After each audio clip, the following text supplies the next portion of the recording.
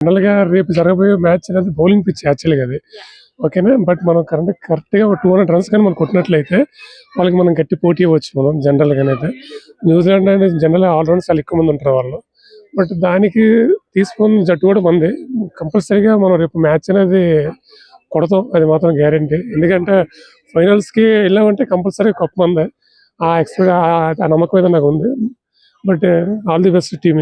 సంజు శాంసన్ గురించి చూస్తే అంటే ఆ బ్యాటింగ్ ఇదే ఇంకా ఇలానే ఆ ఫోర్స్ తోటి ఆ జోష్ తోటే రేపు కూడా ఇంకా మనల్ని ఇంకా మరింత రెట్టింపు జోష్ లో ఉండబోతుంది అంటారా? చాలా చాలా జోష్ లో ఉంటుంది.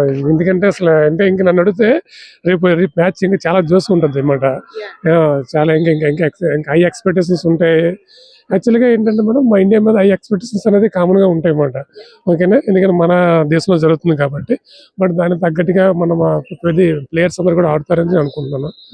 అక్కడ అహ్మదాబాద్ చూసుకున్నట్టయితే ఆ పిచ్ ని కూడా అసలు స్టడీ చేయడం కాస్త మన వాళ్ళు ఇబ్బందికరం. గతంలో కూడా ఒక సెంటిమెంటల్ అనేవి ఉన్నాయి, అవి ఇంకా వెంటాడుతాయేమో అనే ఒక క్వశ్చన్, వెంటాడుతాయేమో అని క్వశ్చన్ మాత్రమే. కానీ రేపు అన్నిటి కూడా ఫటాఫంచర్ చేయాలని అనుకుందామా? ఎక్స్పెక్ట్